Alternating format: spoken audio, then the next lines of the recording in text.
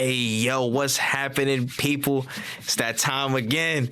Yanks Talk Ball. We are back on your premises lawfully, of course. We're not breaking and entering. You're not doing none of that crazy stuff. We are here to talk ball yet again this week. The squad is in the building. First and foremost, No Chill Gene. He's here with us, man. What's happening, dog? What's up, man? Hey, there's a certain team over the weekend that won. I don't know if you guys know, but in Brazil, they have something called the Copinha, which is called Little Cup. So the academy teams all go together and play for like a couple weeks, and whoever has the best academy, they go to the finals. And there's a certain team that won over the weekend, so shout out to them boys. That was their 11th, correct? Crazy goal, yeah, most crazy. Hey, man, that academy. I mean, we just sold the player to PSG for like 20+ mil. Yeah, Moscardo. Yeah. Thank goodness Chelsea didn't buy him. Thank God. I know, bro. Another one. Facts, bro. But hey, listen, no, big old Corinthians, man. Big old Corinthians. Respect, man. And of course, welcome back from his, lengthy vacation. You know what I'm saying? He is here. He's with us. Adrian's in the building. What's going on, dog? Lengthy vacation. He's like acting as if I've been missing episodes, on a regular basis. I didn't say, I'm just saying. I mean, I'm gonna do the trade. No, what's happening? It's just 1 week out. Hey, what we got? You can steal that from him, bro. He stole every time we start, I'll go like this. Now he did it instead of me. That's subconscious. It's subconscious, bro. I'm not gonna lie. All right, that's my fault. It's all subconscious. What are you gonna do? It's good to be back, though. It's good to be back, boys. Word, absolutely. Pleasure to have you back, sir. And last but certainly not least, we got Field Talks Ball back in the building. What's happening? What's up, man? I've had a very tumultuous weekend, to say the least. A bunch of highs and lows in the world of football.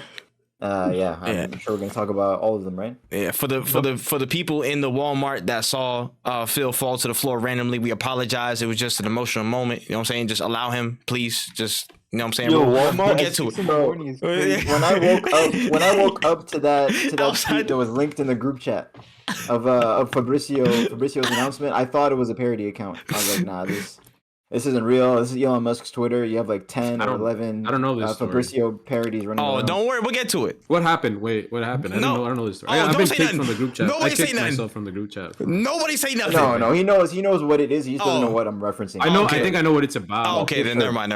We'll get into it later. But yeah, man, it was the worst thing to wake up to on, what was that, Friday? Yeah, I think it was Thursday or something like that. Yeah. Oh God. Beautiful. But I'm better now. Yeah. Should I talk about why I removed myself from the football chat that we have? Nah, we don't want to put that. I didn't even know you left. No, I did it as a joke, and I haven't been added back yet. That's your it's your fault. That is your still. I mean, it is my fault. I agree, it's my fault. 100%. Yeah. Just Yeah.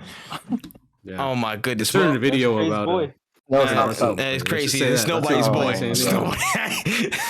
That is I'm so glad that I still have not encountered that thing, and I pray I never do. Let's just say Chase shouldn't be talking about it at 1 a.m.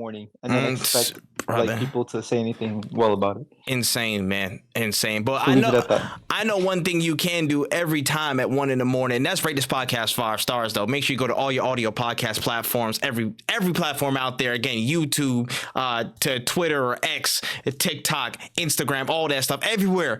Yanks Talk Ball. Rate us 5 stars. Like, comment, subscribe on all the other videos. Share us around so we can get further in the algorithm to reach more listeners out in the footballing world. So we can talk, get this crazy stuff going, and just reach more people, man. This is what we out to do. So we appreciate all the support so far, and help us get through to some more folks by doing those beautiful things and supporting the pod. Now, we can start off real quick on this episode by talking about our predictions from last week and what went down with our first, the reworked model of the predictions, and we can run through them really quickly. Had 5 matches on display. We had, first and foremost, Leverkusen versus Mönchengladbach. It was a 0-0 draw. So everybody had 0 points from that. Yeah. There was literally, again, absolutely nothing. Everyone chose. Yeah, everybody chose a Leverkusen win, and that just turned to be a dead draw. And then the next game up was Inter versus Fiorentina. Inter got a 1-0 away win, and we all got 4 points for guessing the correct, decision, the win for Inter. So we got 4 points from that. The next game up was Marseille versus Monaco, 2-2. Gene and Chase got 0 points. Shanko got 4, and a certain someone got a perfect score by predicting the score and the game right. That was me. So I got 14 points for that one. Can we talk about that shameless point real quick? Absolutely. 2 seconds. You guys what game has like 2 red cards like that? I have no idea. And they still tied it. Like, hey, crazy. man. Listen, it all weighed into his prediction. Yeah, crazier things have happened, man. Honestly, but I'll take it shamelessly. I will happily take that point. That's fair. The next game we had not Spurs City. It's Chelsea Villa. Chelsea Villa was a 0-0 at the Bridge, and nobody got that result right. We were all rooting for Aston Villa wins, except for Chase, and Chase is, of course, obviously wrong. I mean, I also predicted Chelsea would win. Oh, you did? You did? Oh, yeah, right. You had 2-1. Oh, he had like what, a 3-something? 3-1? Who cares? Yeah, something like that. Yeah, still wrong. Still wrong. So nobody got points on that. And the last game was Spurs City. City got a 1-0 win at Spurs Stadium, and we all got 4 points for that. So based on the rankings, it was in third place, tied. We had Chase and Gene for 8 points. Phil was second on 12 points, and I won last week with 22 points. I'm gonna take that W. You know what I'm saying? We should automatically give Chase a punishment since he's not here. Based off of Can I get? He won't show the face to face the punishment. Wait, can he get 4th place because he didn't show up? Yeah. For showing up, we'll accept the 3rd place on his behalf since he's not here. So you're automatically 3rd and he's 4th. We'll give that. So yeah, Chase your last place if you're watching this. All right, so that was our predictions from last week. We can leave it there. We'll have some more at the end of this episode to go through, and let's just get through it. Let's talk about the games that were happening over the past week. Some really big ones. Let's go to the big story, and let's go to the game that's attached to it first. Liverpool did play Norwich in the FA Cup. What was it, 3rd round or 4th round? I cannot remember, but it was a 5-2 win. Yeah, 4th round. Thank you. And surrounding this entire game was just the aftermath of the shattering news, the groundbreaking discovery that Jurgen Klopp has decided to leave Liverpool at the end of this season. Now, again, this news popped up, I believe, Thursday morning out of nowhere. Gene's obviously celebrating.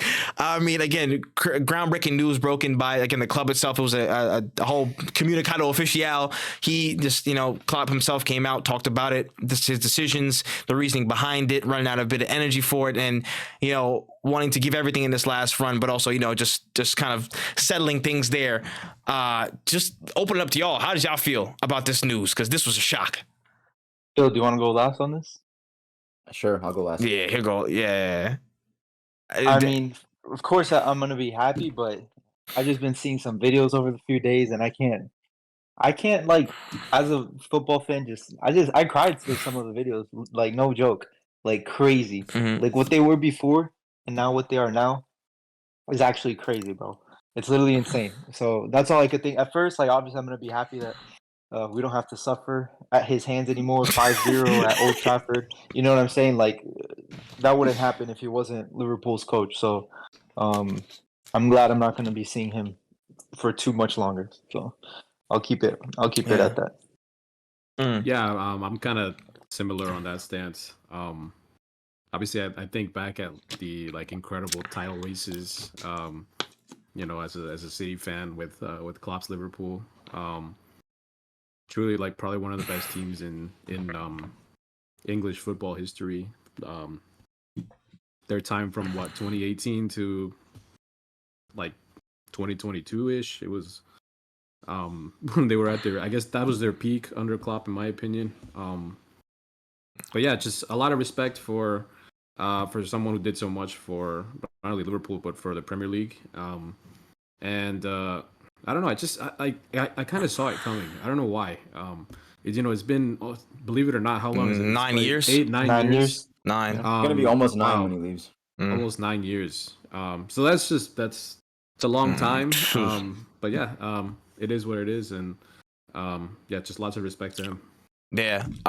In a day and age where managers with long tenures are very rare and they don't happen anymore. Again, the last of that breed was probably, him, Pep. I'd say Arsene Wenger for some time, but that carried over from, again, decades. So it's kind of an anomaly in this day and age. But again, where short tenures of managers happen, him coming into the league was already a phenomenon, again, from what he built at Borussia Dortmund. And he he is an absolute monster at what he does, bro. Like, you got to give respect where respect is due. He is an absolute game changer. He's an iconic manager at this point in time. To take Liverpool, who were in absolute fucking disarray. Again, they were in terrible states. I'm sure Phil will tell us in a second how bad stuff was before he came in. But to take that team and come with not only, again, a constructed plan, not the biggest budgetary, budgetary works with FSG and stuff over the years, to manage to build a squad that is not only competitive domestically, but one of the best teams, across Europe in all competitions for several years, to give one of the greatest, one of the most dominant eras of Premier League football we've seen in Man City, to give them a run for their money to the wire every time with what he's worked with and what he's built over time is nothing short of remarkable achievement. That's some legendary type status. Again, Liverpool haven't won the league in how many X years before he came, and haven't won the Champions League in how many X years before he showed up. And to do those things in the fashion that he did it, to instill so much. Again, Liverpool always were that force, but again, it felt like before he came, they were sleeping giants, and he was the spark that woke them back up. And to say his time is in this league was, iconic, is to me it's an understatement, because how he burst onto the scene a little bit with, again, the team that was not in the greatest shape and changed the complexion of the Premier League. You can't mention the past 10 years without him being one of the first names you mention, from the past decade of the Premier League. He's that much of a game changer. Again, them taking a whole Champions League off of Tottenham, thank God. Listen, I say it every time, I say it again, I don't care. They took a Champions League off them bums. Thank God for Jurgen Klopp, bro. Without him, that would have been a whole scary sight. And just him as a person, again, he's just one of the most likable people. I can't really, as much as Liverpool beat the shit out of us over the years, I can't hate Jurgen Klopp. I can't do it. He's such a likable guy. He's such a nice dude from what I see. And he's too iconic of a meme, bro. He's a meme lord. How many things I got saved in my hard drive just pure memes of Jurgen Klopp. He's just one of the most entertaining, likable, again, just talented and intelligent managers we've ever seen grace the English game. So you got to show your love, man. It's going to be sad, and the Premier League is a little bit at ease, the competition is, but we're definitely going to be losing a legend of the game, in my opinion. So shout out to Jurgen Klopp for all the service to the league and moments. Fair. Before Phil goes, I know you said the iconic understatement. Do you know what's crazy? Like, probably like in 15, 20 years, like, motherfuckers are going to look back and they're like, oh, he's only had the FA Cup. Oh, yeah, and they're like, one. You know what I'm saying? Like, but I hope that doesn't happen. I hope that doesn't happen. Which is crazy, because it's like, you know what I'm saying? People are going to lose context of it, because I'm like, I hope it doesn't. Almost every year in this reign of, again, this Man City, Pep Guardiola, this nonstop machine, Liverpool's been on their ass almost every single season. That's it. I'm not saying that's an achievement, but that's enough of a milestone and marker of how good Jurgen Klopp was and how good he made Liverpool, to where this damn near unstoppable machine, dubbed by many an unstoppable force, was taken to the wire every time. You know what I'm saying? Dog fights with this Liverpool team, the Liverpool squad over the years. That you got to have context with that, man. To absolutely, I know, but that's what I'm saying. That's what I'm saying. I hope it agree with you. Get, like, I agree. I hope it doesn't like, get swept under the rug. You know what I'm saying? Like, because when they 100%. look at the thing, how many finals did he lose before? Like, it was like 4 or 5 with you guys before, like, he won. Like, I just hope, like, there's context added to that stuff. I think that was 3 with us. There was the Europa League, the League Cup, and then the Champions League. You know what I'm saying? I just really hope it's not going to be like people just don't look at the paper and like, oh, you only won this, and this, or you know what I'm saying? I just hope it doesn't get to that. Losers still do that now. So, like, at the end of the day, I don't care.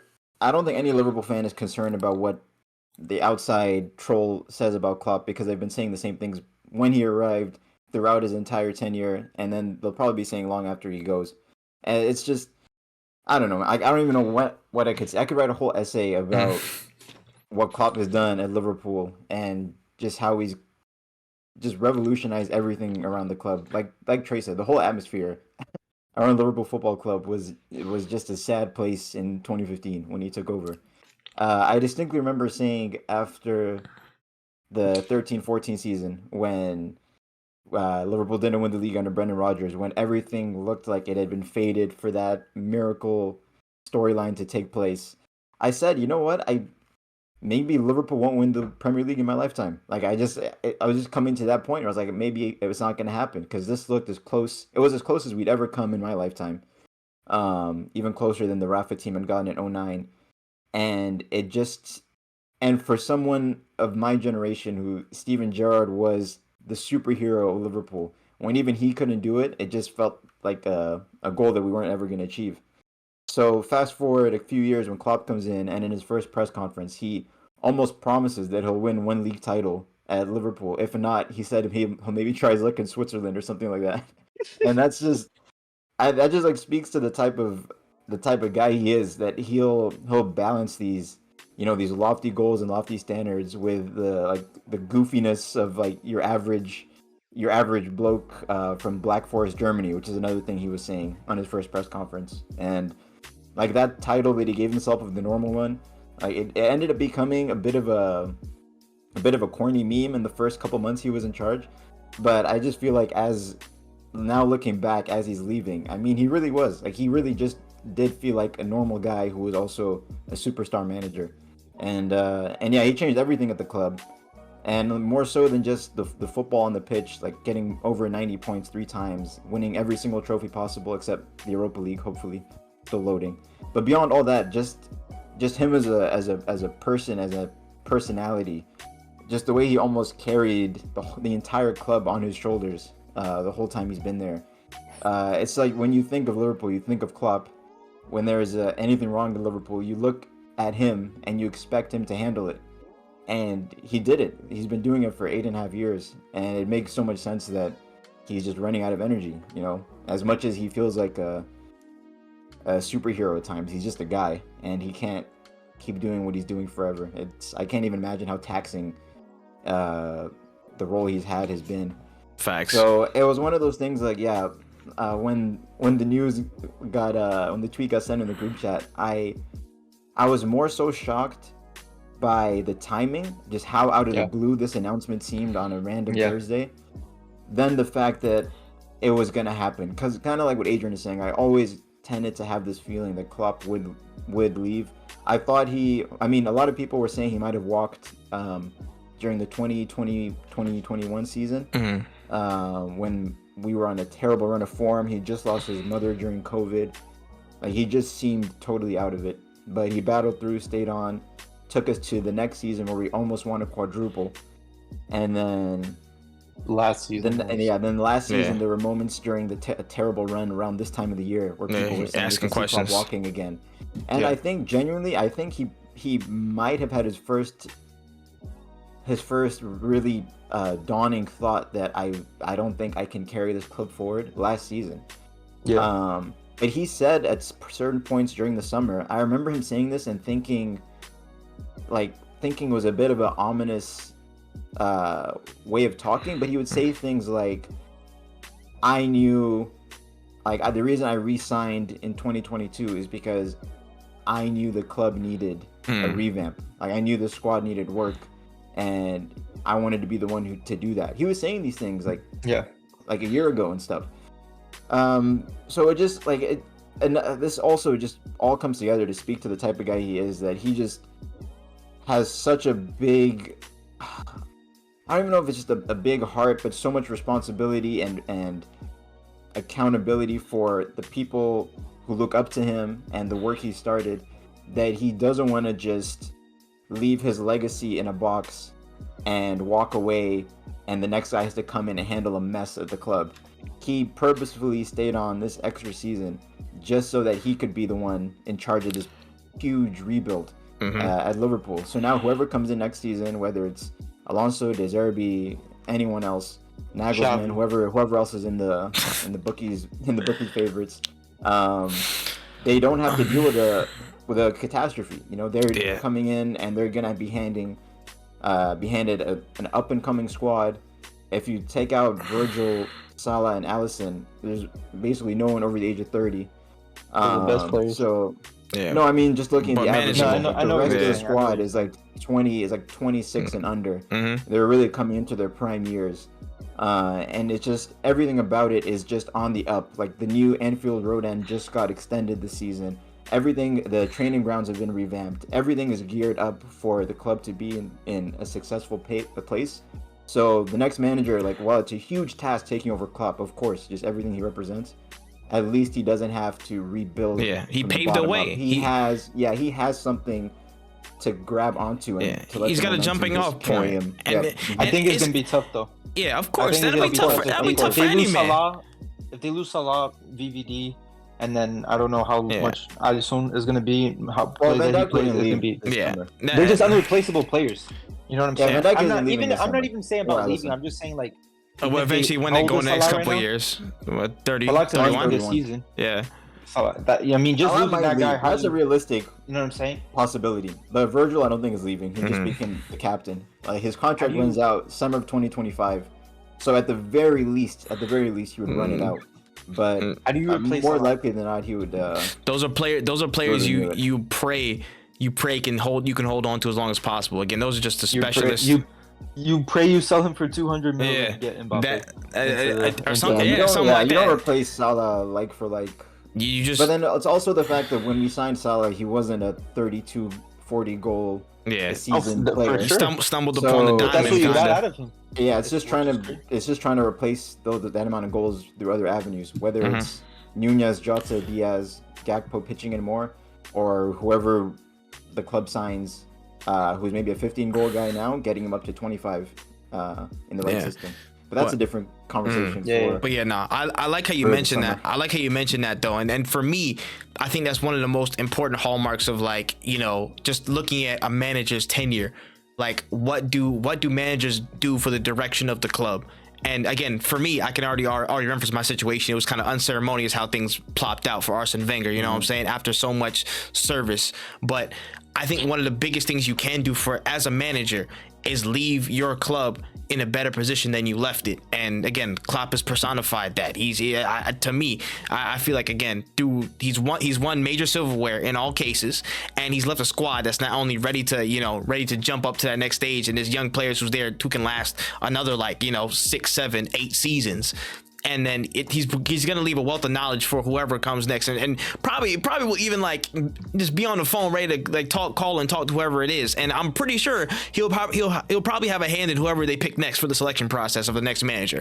I'm almost sure if he'll be involved. I think he said he won't be involved. Oh, he won't? Actually? Wow. Yeah, I think he said that. Wow, so he'll be hands off. Interesting. Okay, that might leave things a little bit dicey, but in any case, the job that he's done to not only stay in a good position, but also take on the responsibility of transitioning properly, that doesn't get stated enough. Because again, the first thing people look to, silverware, trophies, you know what I'm saying? How you get all the players and stuff like that, performance stats, whatever. But the culture and direction and projection of a club is at least what I pay attention to, because I know what I went through at the end of Arsene Wenger's reign, and I see it in other clubs, and I'm like, did you end up in a better position, or did you have to go into a trench to come out on the other side a better club? And he said this in his announcement video. He talked about how he'll be fine, he'll have enough energy to last till the end of the season, and he could probably go a bit after that. But he said, better for me to resign too early while I still have too much energy than too late. And you have too little. Because exactly. Because he said, imagine we're in October and I realize, oh man, I cannot go any longer. And then we're in this awkward situation where the guy you love so much is sinking your club because he just can't do the job any longer. That's serious. So it's a big decision just as a human being to acknowledge. And that's I life, just can't bro. do what I used to do anymore. Exactly. Just as a person, just having the confidence in your decision making to say, I don't have what it takes to do what I did any longer, or I won't be able to do it for much longer. So let me, on my own accord, step down. Yeah. Rather than just having the hubris to continue thinking I'm this guy, I've done these things. Facts. I'm always the best person to drive the and sometimes not even hubris. It's sometimes just love for the club. It's like, yo, man, I love this thing too much to let it go. Again, I'll harken back to the Arsene Wenger situation. I feel like sometimes for him, it wasn't just a hubris thing that he was the right man for the job. You know what I'm saying? Like a lot of times he actually was, and he might not have had the resources or whatever, but at some point it got to a stage where him and Arsenal Football Club were bonded. That's in his heart forever, and he's not gonna let it go. He's not gonna. He was also there for much longer. Yeah, Klopp you know what I'm saying. But again, that's probably one of the next comparable situations over in the Premier League. I'm just providing that for there. But again, at some point, like people can become bonded, like you know what I'm saying, emotionally. Be like, yo, this is my home. I want to stay and make it as best as possible, even though they don't realize they're probably making it worse and they're staying past a good date for them, and maybe they're behind the curve at some point, and it's affecting the club. Like you said, you got to know when to step down, or else you're taking the hits for the club, and that's going to be a bigger knock on your legacy and whatever you leave behind than you'd think. So again, Klopp doing what many can't do, pick the right time to bow out. But it's real. Let's look at United with Alex. He left a pretty decent situation for whoever was picking it up. With the young core. That was. Listen, you can say I was going to ask the question. Yeah, I was going to ask the question Evans, about what Lingard was looking. Yeah, the squad. We had a core. You know what I'm saying? And a bunch of 27, 26 years old that look good. That's fair. Good to go. It's not like it was a dead situation. Yeah, I was wondering. It's just those players became dead. Yeah, I was wondering what y'all had in the squad. Like who's y'all squad at the time that you were leaving in? Phil Jones was 21. Okay, Evans didn't know was about 26. him. Yeah, Evans Phil was Jones 26. kind of knew about him. They had the Fabio brothers, which were like, they always had that potential, never came out of, you know what I'm saying? Rafael, damn. Who else? Lingard, De Gea was 22. He looked like he just popped up. He just popped up. Yeah. So like that time he had that a core. Nani was still in the club, but again. He was a little bit older. He was like 28. Ashley Young was a big reason 26. why United won the league that season was because the signing of Van Persie. Yeah. And he was always just an immediate stopgap signing because he was like 29 when he joined United. Right. He was 29 and injury prone, so he only had a short amount of time left at the top level. And then Paul Scholes came out of retirement to like almost give Fergie the swan song. So he obviously wasn't going to be there any longer. Giggsy was still there? Giggs was still there, and then Ferdinand. He wasn't playing. He wasn't playing. Yeah, he was benched up. What do you think is gonna happen? Vidic was the same age as Van Dijk right now. Salah is older than our VP. You know what I'm saying? Like, it's just if you lose the best player in your squad, it's gonna happen. Yeah, but it's just the you don't have around it. I don't know. Like, I don't think you could say at the time that Cleverley and Anderson were as established as McAllister and Szoboszlai are now. Even Curtis Jones at this point is more established than Cleverley was back then. So just overall, the rest of the squad is just in a much better place to be able to step into that place now. I would also have to ask if Alex Ferguson had a hand in whoever was picked next. Like David was Moyes handpicked. So then that's also that might be another knock. That might be another knock. You have to remember that. But I'm not saying it fully. Alex is Manchester United. Yeah, of course. Yeah, he's everything. He's all parts. Like. He just I compare that. He's the club basically. Yeah, you know what I'm saying? Like him to Wenger, it's the same shit. Where it's like everything runs through them. Almost 10 years later, that's one of those things you look back on and you think, what would have happened if United didn't sack David Moyes after one season? He got one season. You'd look back, you think Ole had how many seasons Ole had? At least two.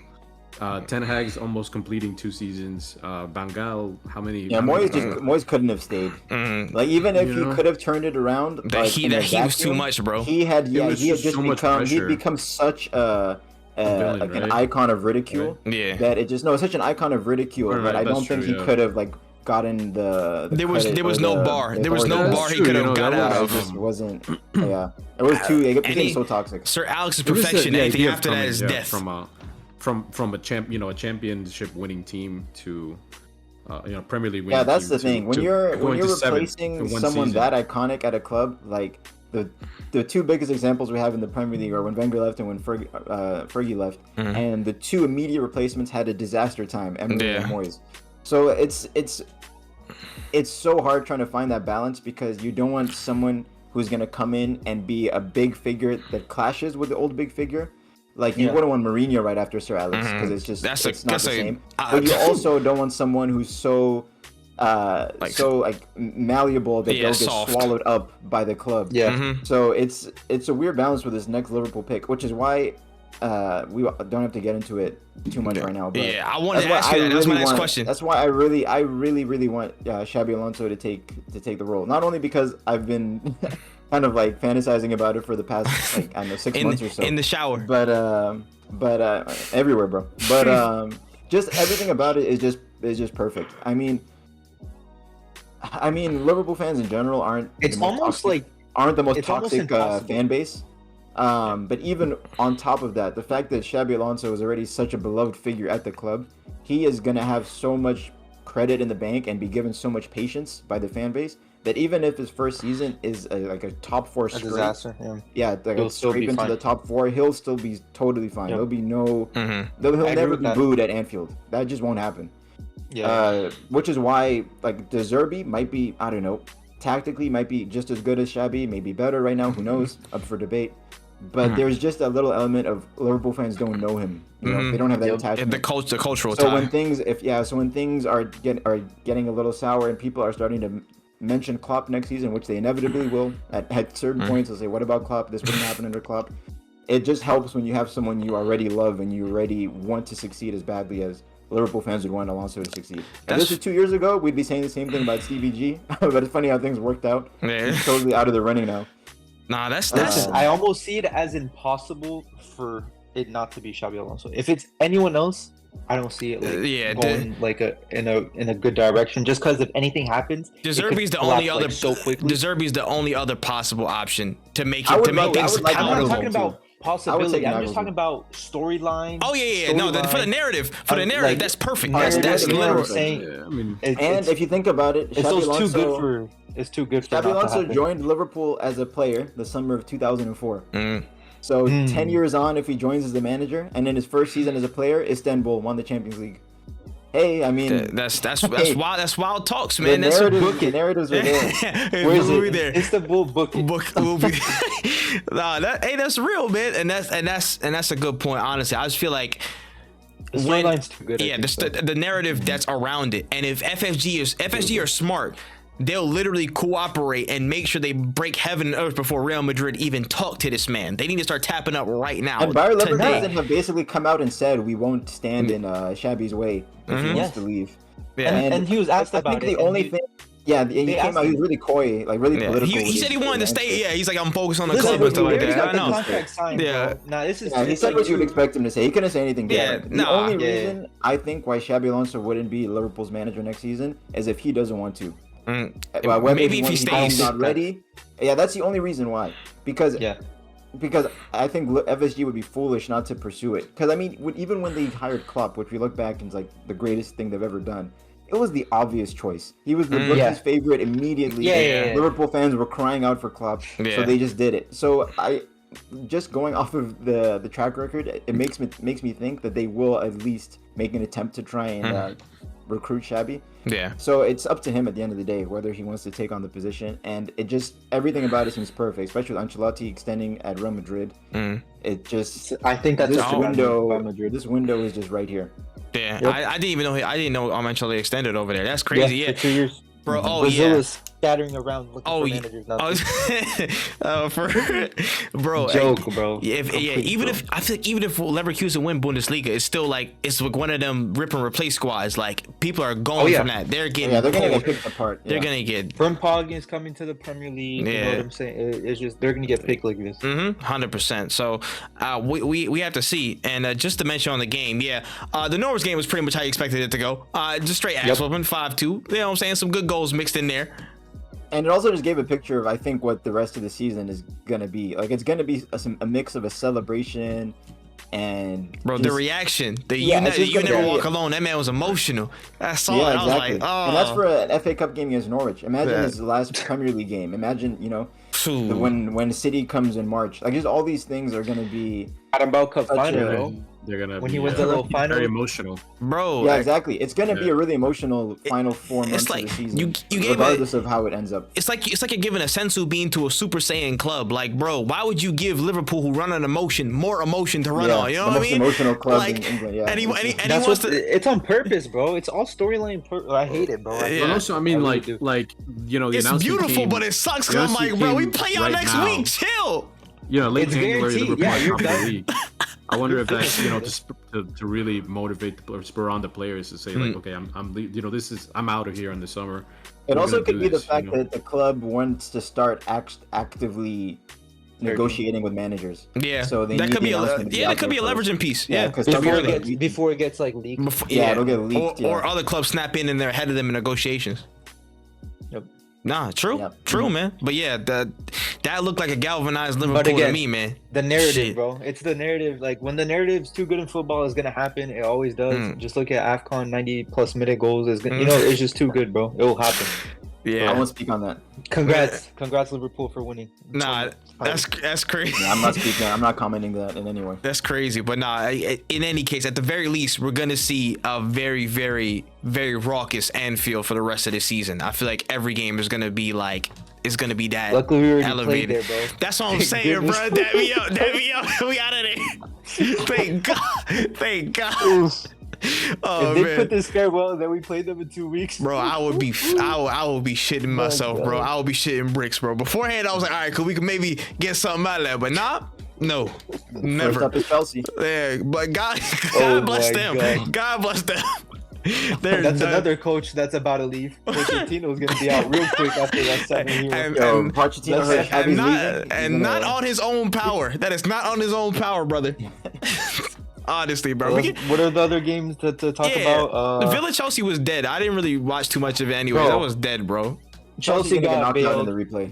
This was their chance. Chelsea got so bailed, bro. Oh my goodness, the Cole Palmer miss. I did see that. He's cold though, bro. He does this. Listen, he had pneumonia that day, bro. If you call yourself cold and you freeze up like that, like you're like, nah, you got to put that in. Yeah, that was rough. At least hit the ball. That was rough. That was the craziest. It wasn't even like a toe poke. It was just like the top of knuckle of his toe. He just. The way the time that he was like looking at it too, like he was like, like, yo, you're like, damn, either skying it or it's like gonna be a beautiful. Nope, just missed it completely. Congratulations. Insane. Yeah, that was a pretty dead game. Next up, we could talk about Manchester United, Newport. Honestly, it was a great game, bro. That's the beauty of that FA Cup, bro.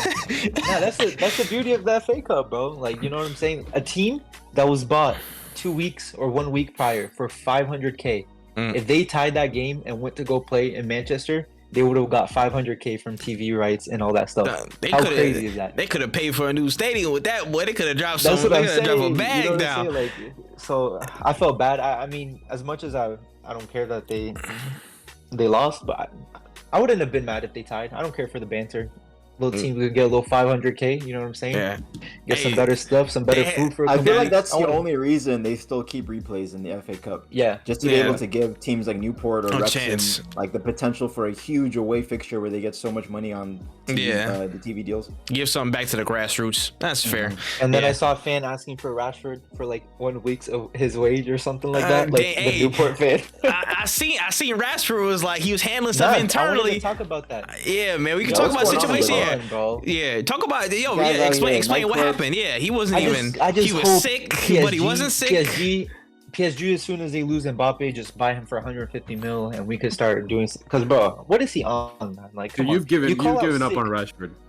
No, I don't give up on. I give up on his. He's like the foolishness. Like, he would you say? But right now, you say United should sell Rashford. If we could get him for 150 mil, yes. 100 mil plus on Rashford, yes. 100 mil. That's crazy. Well, let's say like what if he's gonna really like offer? Okay, yeah, because I'm thinking like a club is gonna come in for Rashford. They're gonna start at 65-70 million pounds. That's what I guess. That's a start. They would smack that out the way. Manchester United won none less than 80-90 started. Brother, we have the greedy CEO now, bro. He's gonna pepper comments about him. Yeah, he's pissed. Oh yeah. He's like, okay, but Kevin still plays here. Holland still plays here. He's pissed. He's like, okay, now if something happens, okay, then they built a statue for Omar outside the stadium. Hey, he was hating, bro. Pep is petty, bro. Oh, he's too funny, Pep wants to be a villain so bad. Too much. He's already got the villain. It's comedy, man. But yeah, listen, if we could get 100 mil for Rashford, 100 like from PSG or like a Saudi team, I'll take it. At this point in time, with the inconsistencies every one season he could score 35 goals. Brother, Rashford suiting up in Saudi. I mean, it's either that or PSG go for Leao for 175 mil. Yeah, which I don't think they'll do. If Mbappe's gone, they might. You never really know. 175 for Leao. How old is Leao right now? He's like 20. What? 22, 23, 24. 20. That's what I'm saying. Like he's 1 or 2 years younger than Rashford, and he doesn't have like as much as his potential is crazy. Rashford is still not worth that much. I think it's overpriced. 175 million. That's a premium. That's a premium. But I like Leao. I'm not gonna lie. PSG offer if we could give 100 mil from PSG for Rashford. I mean, I don't see how both teams can't benefit from that. But yeah, it's not that I've given up on him. He's given up on us. You know, he's calling out sick, and then he's going out to clubs like in 2024. Like you can't get away with that. That's wild, brother. Yeah, you know what I'm saying? It's just like he ain't had no mask on either. I was like, he couldn't even hide his identity. That's some like Neymar. That's some Neymar vibes right there. Yeah, Neymar sister vibes. You know, like just no fucks given. I don't know. Yeah, that's like he doesn't even care anymore at that point. Yeah, that's crazy. He really doesn't. So if we get a couple mils out of him, I'll be. This is not as bad as Walker. Yeah, insane. But hey, man, the game was honestly surprisingly entertaining. It was surprising. Yo, Newport had a bang out of nowhere. That first goal was nasty. I was like, yo, Sandro too. Oh my god, that was almost United's like best possible 11, wasn't it? The start. Yeah, outside of Onana. Right, outside of Onana, right? And Onana and our right winger, bro. Oh, and Rashford. Was Luke Shaw playing? Yeah, Shaw's playing. Okay. Yeah, so you have your back four back. And we played good. It wasn't, if you watch the game, it wasn't like we were playing good. Wait, who would be right wing instead of Anthony? Anyone. Amad Diallo, Palestri, freaking Adrian, anyone at this point, really. But somehow he got a 9.0 rating in football, had a goal in the season. Yo, bro, my man celebrated that goal like life depended on him. That was his first, That's such his first goal. It's his first goal. They said it was his first goal in like 9 months, right? Dog. Yes. Yep. I mean, shameless guy. A baby was born. A baby was conceived and born before this man scored. And it was with his right foot too. It was a tap in with his right foot. He literally scored with his right foot, which is crazy. And it was off of a Luke Shaw cutting into his right foot and trying to finesse it too. I don't know how that goal happened. It'll never happen again. But yeah, I mean, we played well. They had a crazy ass goal and then a sleeper, whatever. We won the game 4-2. So I'll take the win. Nah, fairs. And then the last batch out of the FA Cup games, City, Tottenham, Manchester City not only scored a goal, but somehow they should have scored 75 goals. Left with the win. De Bruyne came. Tell me not. I don't know if you guys feel the same way, but I feel like when a player is injured for a long duration of time, and their return is highly anticipated, on their initial return, they come back and it's like seamless transition. Like they never left. Like Tony, bro. Like like Tony, like De Bruyne. No injury though. In his first game, and then his cameo against Newcastle. But then right after that, in the weeks, maybe 2, 3, 4 weeks to follow, you see all the rust come back from how long they've been out for. Like I've noticed this as almost a recurring theme, and I forget about it every time it happens again. I'm like, oh damn, they're back. And then Kevin against Tottenham, when he came on, that rust. Like outside of the miss, just his misplaced passes, like his touches weren't right. Yeah. And it's just like whoa, like he's clearly not up to speed yet. I feel like it's adrenaline. You know what I'm saying? Adrenaline in the first game back, you're like, oh shit, let's go. We here. And then you're in the flow of training, and then out of that and training weekly, and then to the game, you're like, oh shit, I'm back. All right, fuck. And then it hits you a little bit, and then you gotta like get back into kind of the mind state and the body state of full flow. So I feel like it's just that dip, which explains that. But now you're right though. Kevin was looking a little bit like crazy. Casemiro and Lisandro, like I don't expect them to come back and be the best players in the world, bro. Is that rust is gonna be there? So. Yeah, Casemiro. Casemiro for a couple weeks. I'm about to say Casemiro for a couple weeks. Go ahead. When I saw KDB get that ball, and he missed it wide like that, I was like, they're never gonna score ever. They'll never score a goal in the stadium ever again. If KDB could not put that in the back of the net, bro. Crazy. But again, the way that they scored. Yeah, but to the goal, man. Listen, Vicario goes up for that. That goes in the poster challenge.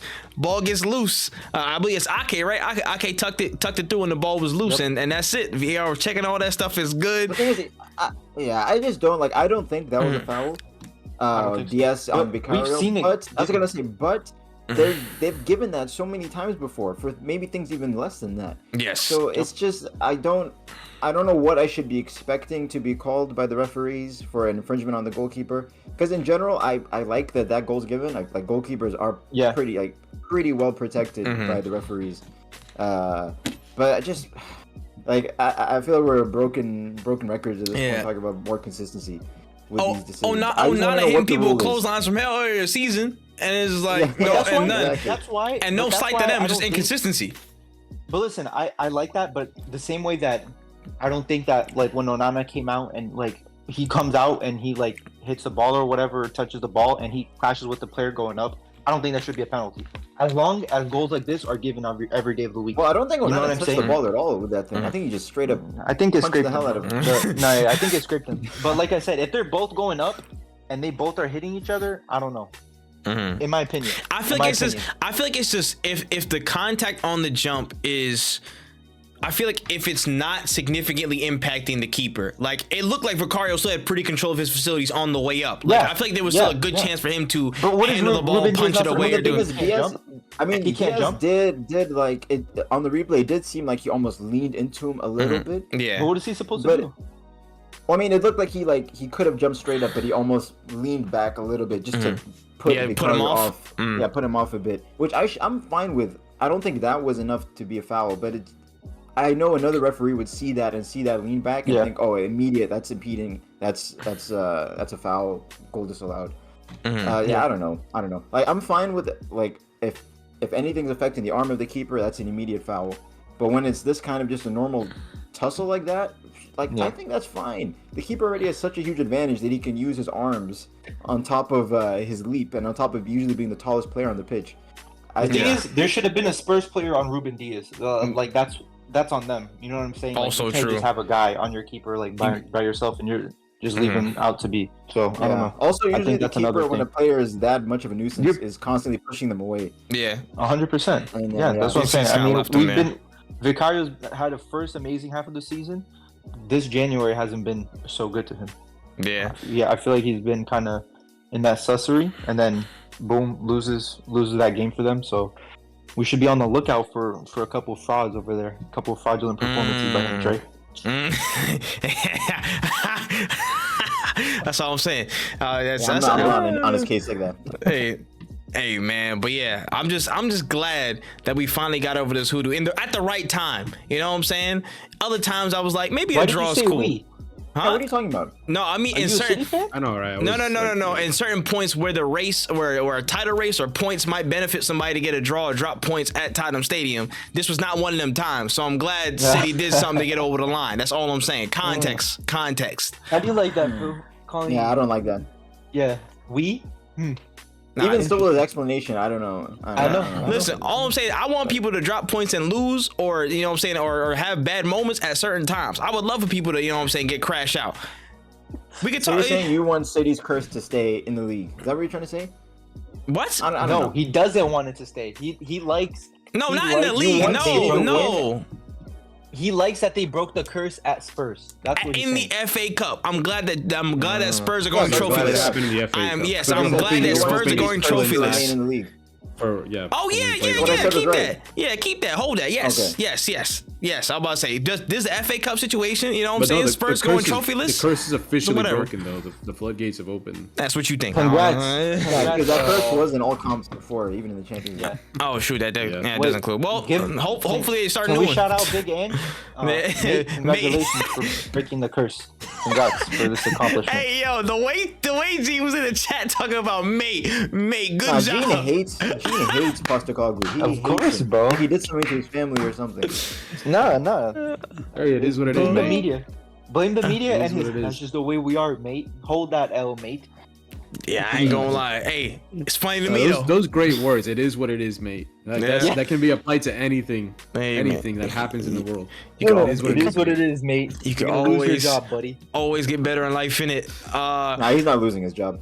Yeah, probably not, but whatever. He's like a god there still. He'll still hold these L's, but it is what it is. But that's pretty much most of the games for the FA Cups and all the other action. It confirms that they're going trophyless again, though. Yes, that's what I'm saying. That's the point. That's what I was saying. That's the point. That's all I wanted. That. They know. Yeah, that's the normal. I just want to make sure they remember that. So don't punch above your weight, buddy. Just give some good vibes. Yes, at this point, this is it. This is it. What they live for. They live for good vibes. That is all they're for. There's a vibes team. Fair for them. Yeah, the Tottenham way is good. Progressive football stories. Yeah. Okay. Yep. Okay. And then a collapse. And then we rebuild. Taking points off Arsenal every now and again. That's their peak. That's their peak. Literally. I mean, their yearly trophy is getting a result against us. Like that's the highlight of their season. Type shit, honestly. It's wild. Good too, funny bro. But we can move forward. We can run through a picks real quick. You guys have a player of the week and a fraud of the week? Nope, I do not. No, I don't got it. I know we've made good conversation about football, but it was. I feel like there wasn't enough meat and potatoes. Honestly, there hasn't been a lot going on recently. A crazy amount of that. Besides maybe the in Europe, outside of the continent of Africa. Oh, we'll get to that. Listen, AFCON big cook. We're gonna get to it though. All right, real quick before we do, there is some other news that did come through. In addition to one manager leaving, another manager has also announced they're leaving. Barcelona, Xavi has announced at the end of this season on June 30th he will also leave his club. He's gonna leave. That's the question, right? He thought he was Klopp. He thought he was Klopp. Listen. I think the announcement come before the Klopp announcement, or after? It was after. Yeah, it was literally after. Bro. He was like, "Is the coach the clear?" question here is why though? Like, why is he thought he was Kobe, bro? Does he think? Well, I mean, they're not gonna win anything. I mean, the way they're going, they're not gonna win anything. So like, yes, that's why he's gonna leave, bro. Yeah, that's why. So is that his admission that I'm just not good enough to be Barcelona coach and I'm leaving? Is that? No, he said it's hard. I think it was like when Messi, like when Messi retired after losing the Copa America in 2016. Yeah. It was. I think that's what Xavi is going through. He's like, I'm just fed up. I just can't do it. I give up. Yeah. I don't want to call it. But do you think that he feels the club is too incompetent? Or is it that... Yeah, it might be a combination of the club is just run like an absolute shit show, bro. Freight train off the rails, and he's sick of having to try and navigate this ship. On top of the fact that maybe he also doesn't feel like he's not Pep. You know, he can't carry the legacy of Barcelona. He's just not that guy. I don't know how much those two factors are contributing, but it must be those two. I can't think of any reason outside of those that's two. what I'm thinking too. There's so much immense pressure of this job too. Maybe feels he needs to go back down, take a step down, and manage a smaller club maybe. Like it must be eating him alive. Just because he went straight from. What was it, a Saudi team or was it in Qatar. Barcelona? Qatar. That's a big jump, If you would have watched that game, by the way, you would understand, bro. So that game was like 1-0 at halftime or something, and then 1-1, 2-1. It was 3-2 Barcelona at one point, and then they get a penalty to no penalty for you guys. 3-3, 4-3, 5. I mean, what a crazy match. Yeah, I mean, I understand his frustration. I also find it very funny that a certain somebody from AFCON waited to have a bang out performance against Barcelona and not in AFCON itself, which is funny. Shout out to Iñaki Williams, but that was before. Yeah. No, but he wasn't starting, right? They didn't start him at all. They weren't starting. They wasn't pushing. But they wasn't pushing him though. He assisted the opposition with a back pass, and then he didn't start the third one. But no, man, I'm just like saved it up for. I'm gonna be real. Who can take that Barcelona team right now? Like who is willing to do that? Willing? Oh, willing is totally different. No, listen, I'm not gonna lie. Rafael Marquez's name. Marquez. Just because, another former player. I think it has to be another one of them, an up-and-coming ex-Barca player. But how many of them are they gonna get? And do they realize? Oh, they have I feel like Xavi was the best of them. The up-and-coming, like, damn. They'll probably try to poach the guy from Girona. Who's next? Who was that guy from? Victor Valdez is gonna be. No, there was another dude in the league. What was my man's name? Come back to me. I'll remember it. But there was another dude in the league who's doing good right now. I can't remember his name. Too. That was the other thing that was a different question. Willing is different, but who would be able to fix it? I think you're only talking like Pep Arteta. Yeah. With a big emphasis on Pep. Like you need someone who could almost do miracles with how poorly the club is run to be able to get. It's it's enough of a miracle that Xavi won the La Liga last season. The things they I don't would think do Pep would take it.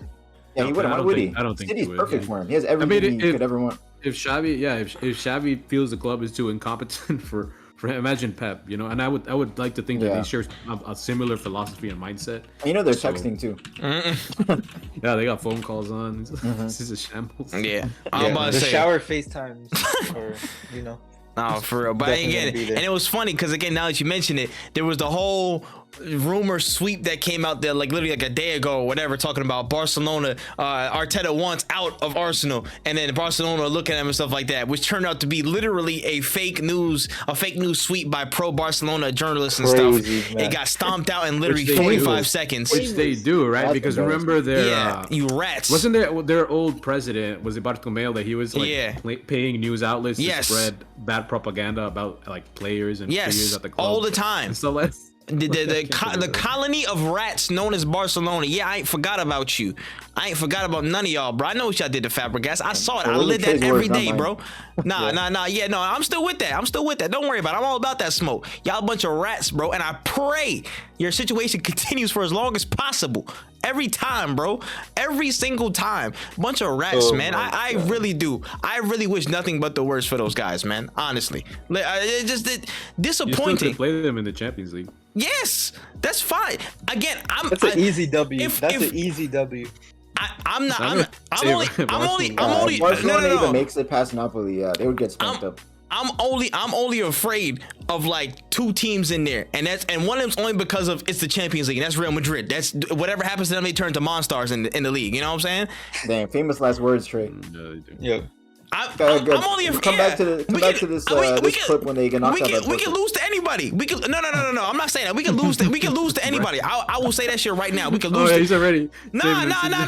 Chill. Because that's facts. Because it's a tournament. What are you talking about? Chill. I don't know. Let me live. You're afraid of. You're talking Real Madrid. It sounded like all those Arsenal fans on the socials now. Yeah.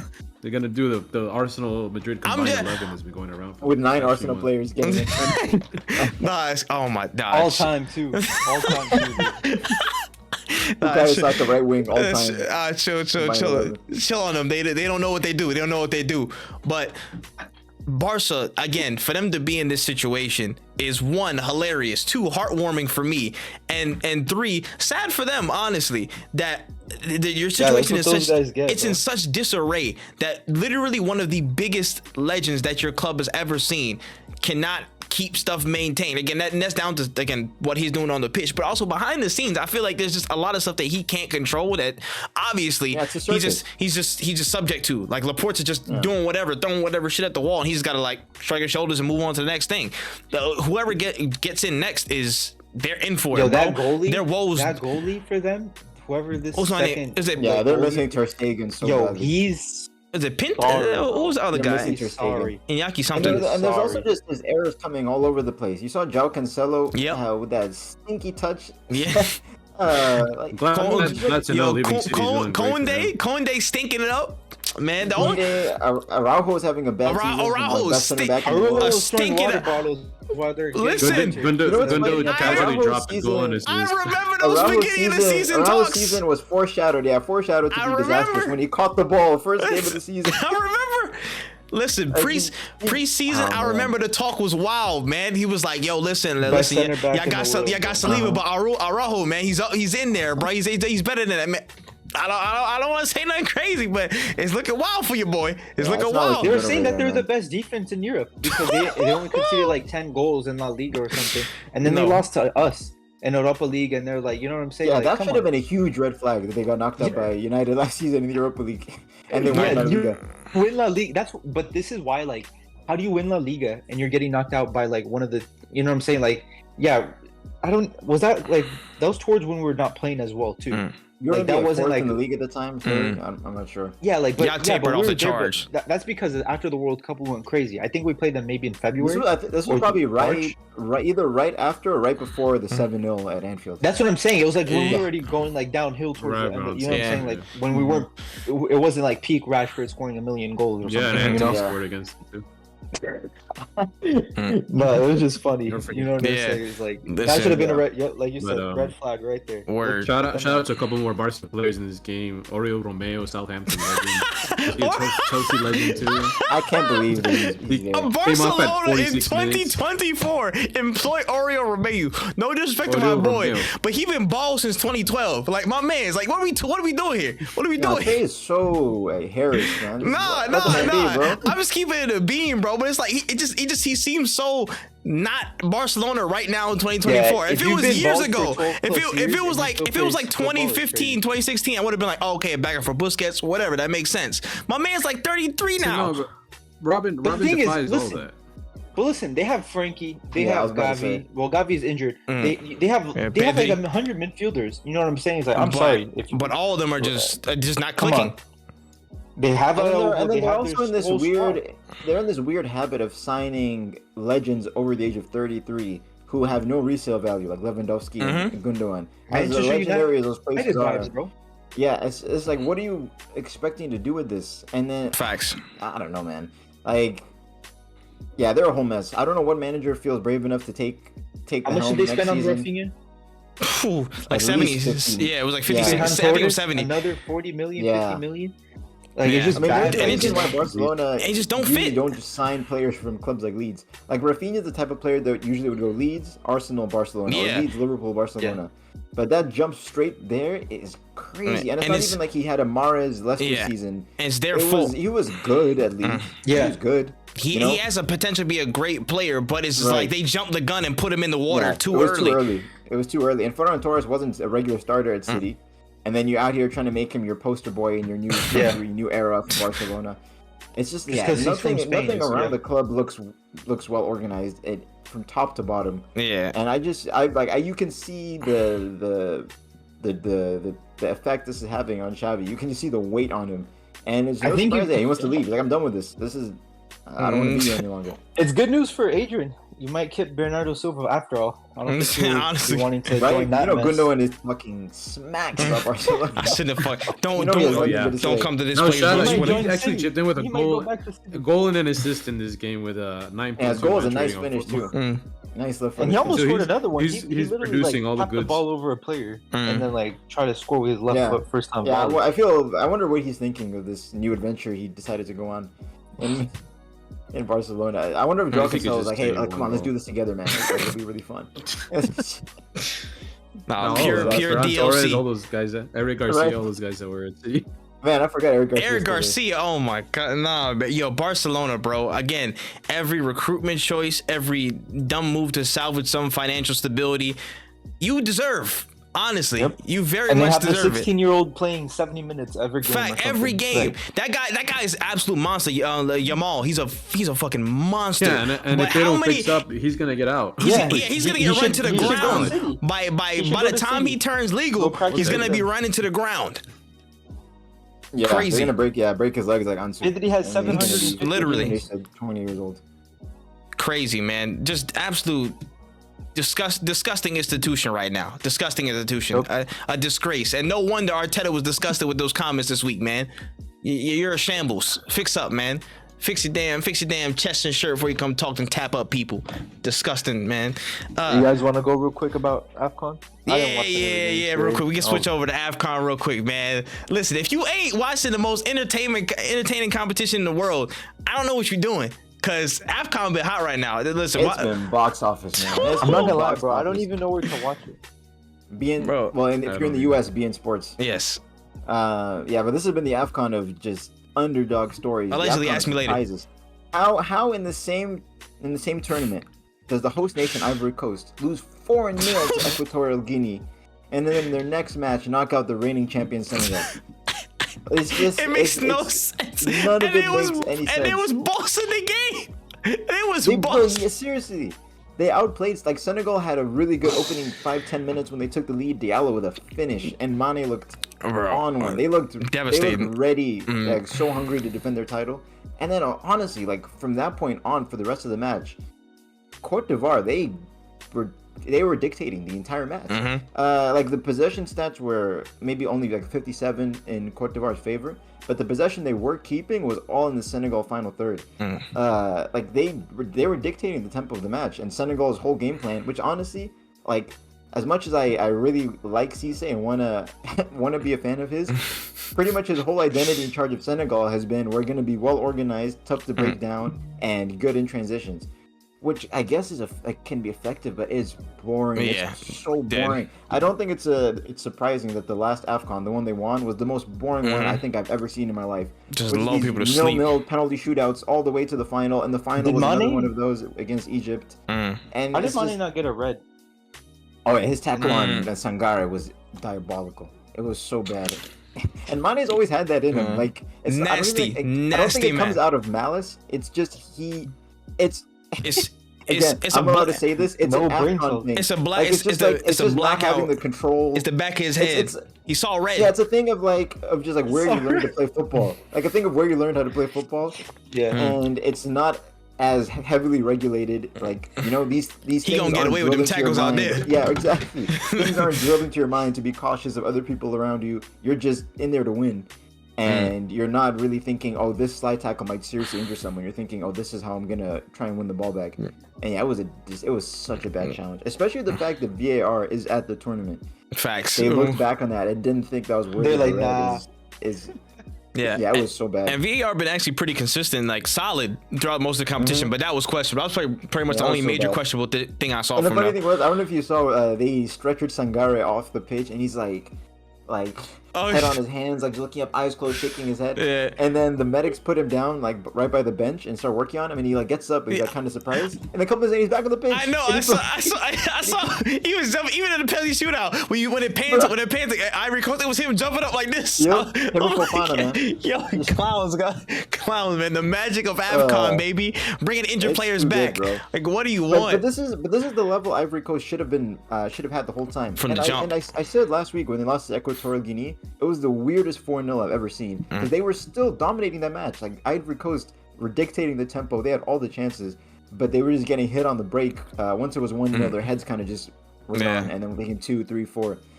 United against Bournemouth, bro. Crazy.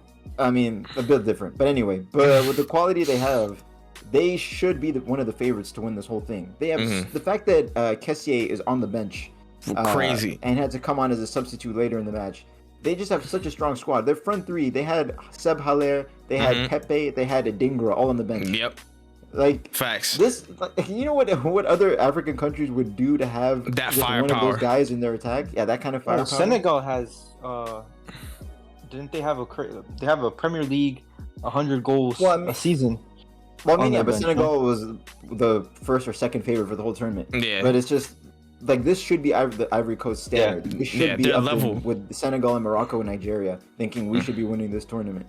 And it's incredible. They got so lucky that they qualified as one of the highest ranking third place teams. But now they have that home team momentum and home nation momentum. And who knows? Like maybe they could go all the way now. Like once you knock out Senegal, anything should feel possible. Word. That was a crazy match. The shootout was insane. Mendy's a hilarious penalty saving goalkeeper, by the way. I think he went the right way every time, but with the last two especially, he just had no conviction.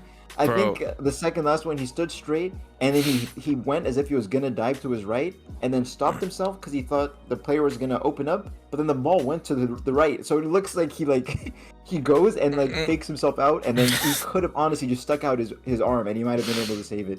And then Kessié's game-winning penalty is in the roof of the net. Mendy stays in the middle of the goal, and it goes right over. Dog, like you can tell he had all the notes written down. Like he knew where everyone was gonna go. He just couldn't save his. The dots just didn't connect, brother. The dots just did not connect. Yeah, it didn't connect, man. Dog, it's penalty vibes, bro. No, yeah, it was honestly, not a good penalty shootout. Honestly, man, but yeah, running through it could be a really, really good end to the tournament. It was a lot of good stuff. Again, we can talk about it all day. That the third goal from the Angola game. I'm about to say the Asian Yeah, Cup. Angola looking good with 10 men, 3 goals against Namibia. Serious. They're looking like a dark horse, and they could do some damage. They're playing Nigeria on Friday, and Nigeria have been looking like one of the early favorites so far. They play like clowns, but they're still good. Yeah, just the firepower they have. Yeah, it's gonna be tasty. But man, Egypt out, penalty shootout. Mohamed Salah had to watch it from Liverpool, injured. I just feel so bad for him.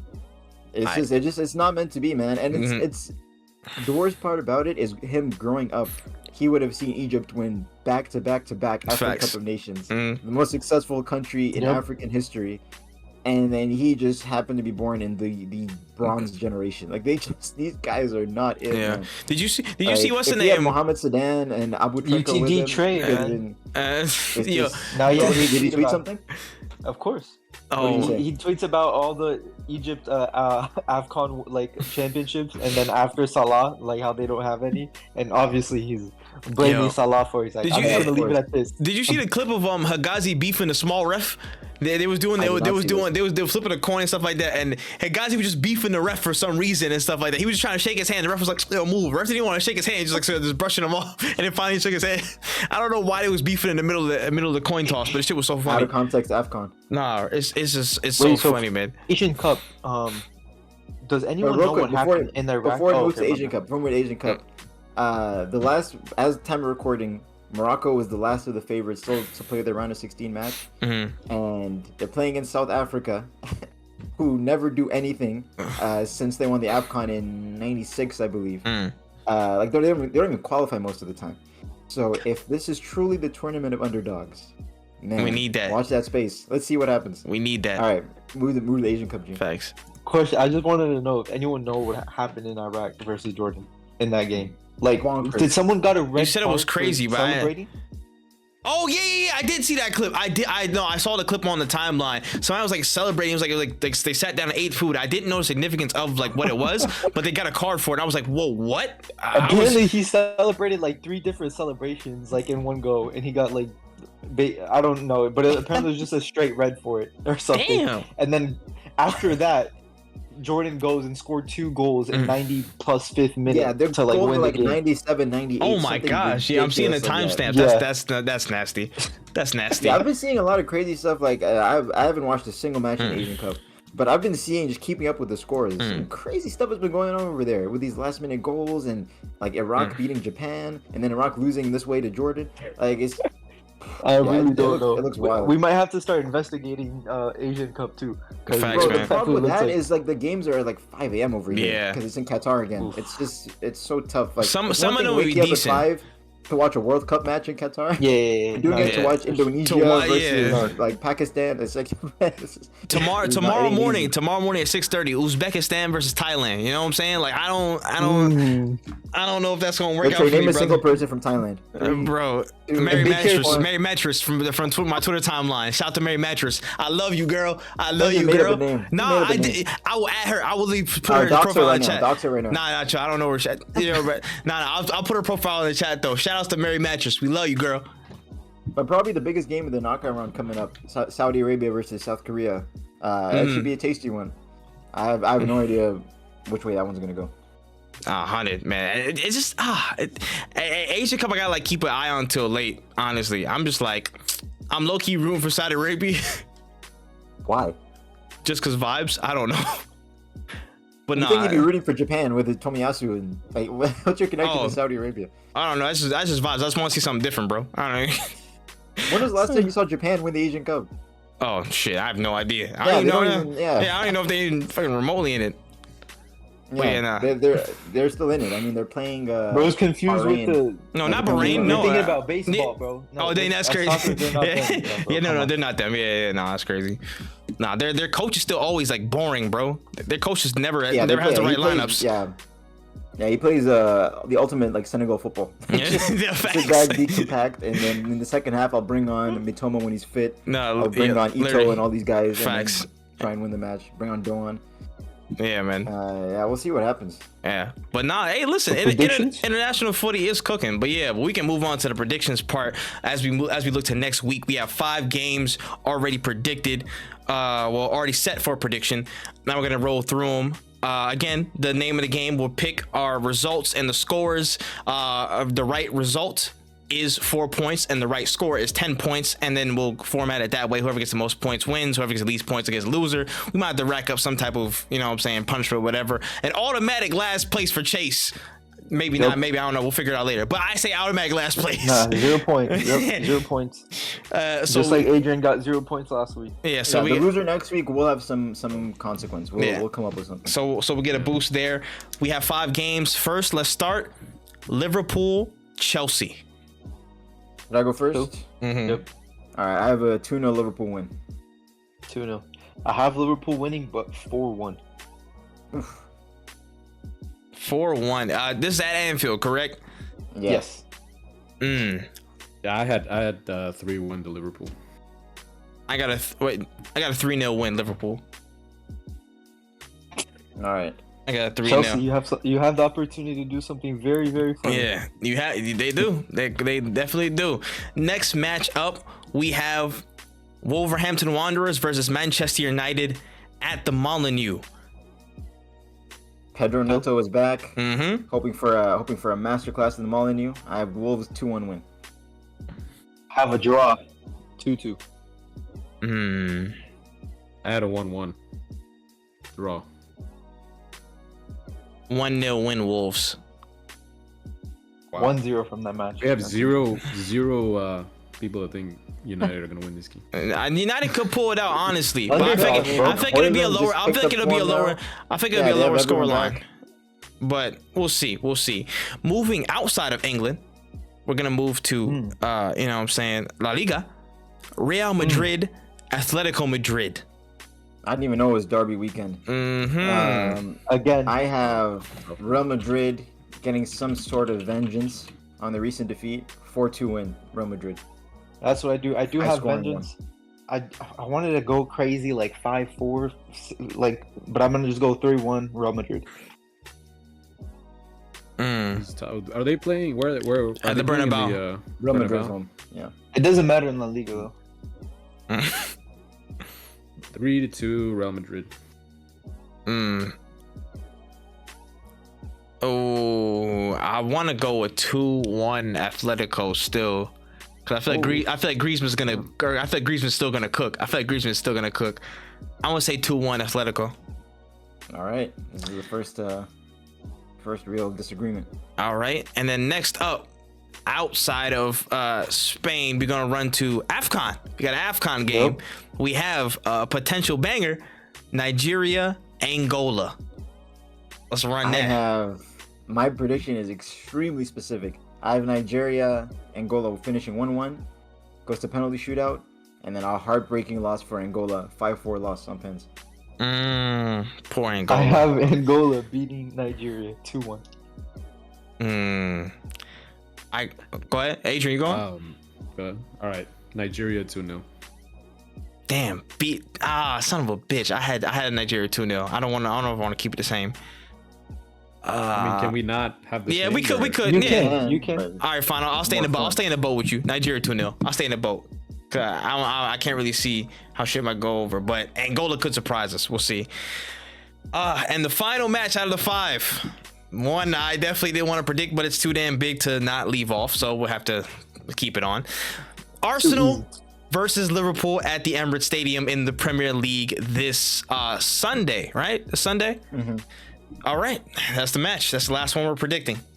Yeah, I hate predicting Liverpool matches, period. And then we have to do 2 this week, which is just ridiculous. So I'm gonna give this my most boring prediction: 1-1 draw. 2-1 for Liverpool at the Emirates. Ooh. Wow. I have to go with 2-2. Of course, he wants a draw. I think we're gonna repeat what we saw last season at home, 3-2 to Arsenal. They're gonna repeat that Gabriel Himbo wasn't given to. Hey, don't worry about that. Hey, not everything. Whoa. Don't worry about that. That's by the by. But I think it'll be a 3-2 to us. Hopefully some revenge over some poor results against y'all this season. So that's our predictions. We'll write them down. We'll circle back to them at the beginning of next week's episode. With that being said, that's all we got on the card. That's all we got on the show notes. We can, kick on out for the week. Adrian, give us your closing statements for this episode and for the week of football ahead. I mean, there hasn't been much going on, at least in Europe. So it's really good to, especially for Prem to be back. I feel like it's been ages since I last watched a Premier League match, and for some context, I didn't get the chance to watch the City versus Spurs game. Not because I was working at that, but I could have watched it. The thing is, I don't subscribe to ESPN Plus in the United States anymore. Ever since they doubled their prices, I was like, no. Why are you telling us all this? No, I'm just bringing it up. You had to call attention to rising prices. Like, no, that's a valiant reason. All right, you not waking up at 7:30 to watch him just because you were hungover is not a valid reason. That's the worst excuse ever. In 2024, he's blaming subscriptions, brother. You could get an alleged link within 30 seconds to watch that game. Well, I'm gonna risk a virus. My computer's gonna go. Bro, I know you watch other stuff on that computer. That is the least of your worries to watch illegal football. That's the least of your worries. Oh, and what I mean by that is his YouTube, it goes to other like crazy stuff. Sure. Sure. Yeah. All right. Yeah, but no ESPN Plus. So I'm not gonna be watching any Carabao or FA Cup matches. Sadly, no more. Sorry. No, but I just said that's it's fine. There's always a way. There's always a way. No, maybe I don't know. We're not saying that. You get a free trial or something. You know what I'm saying? Just there's always a way. How many friends do you have nearby you can go to their house and watch a game there? Don't be shy. Or he could easily say anyone. Honestly, no. I don't think I know anybody that, unless maybe Gene. But what? This man said he said we're not friends. That's crazy. That's what I heard. I'm so confused. Yeah, nah. That's insane, bro. Trey, I've never been to your house. That's also true. None of y'all have, but that's fine. Trey's house is like a mythical place. It's like if you hit Trey up and say, Trey, I really want to watch the Aston Villa Chelsea replay in the FA Cup. Can I please come watch it? I just want to think please come watch it with you as friends, as brothers. Okay,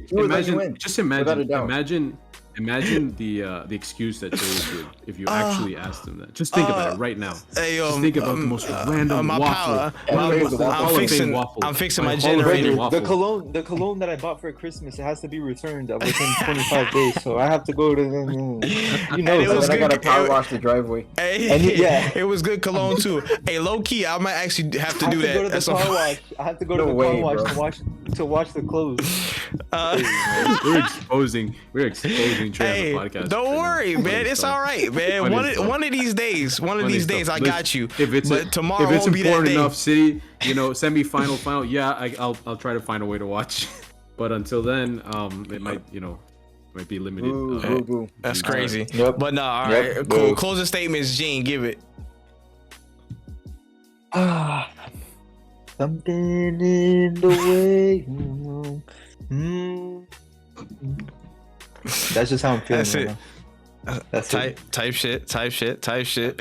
Man, Phil, give us your closing statements for this episode. Mine will be the same as it was last week. Watch AFCON. That's real talk. Definitely watch AFCON. Dang, we don't do bold predictions anymore, but I would love to see Ivan Toney, bet on himself and dunk on Tottenham this week. That would be hilarious for me.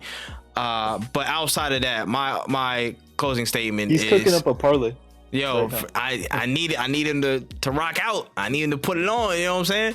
But my closing statements is make sure you support the pod, you know what I'm saying? All the links are dropping. We're dropping segments from the pod as well. If you don't see the full episode on YouTube around, so make sure you check on some of those odds and ends.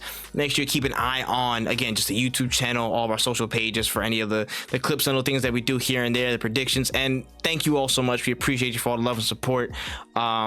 yeah, just stuff is rolling, and we going through, gonna push through to the end of the season. Thank you all for the love, and we gonna keep this thing rolling, man. So with that being said, that's been everything that we got for this episode of Yanks Talk Ball. But yeah, we'll talk to you all soon. All right, peace. We out of here.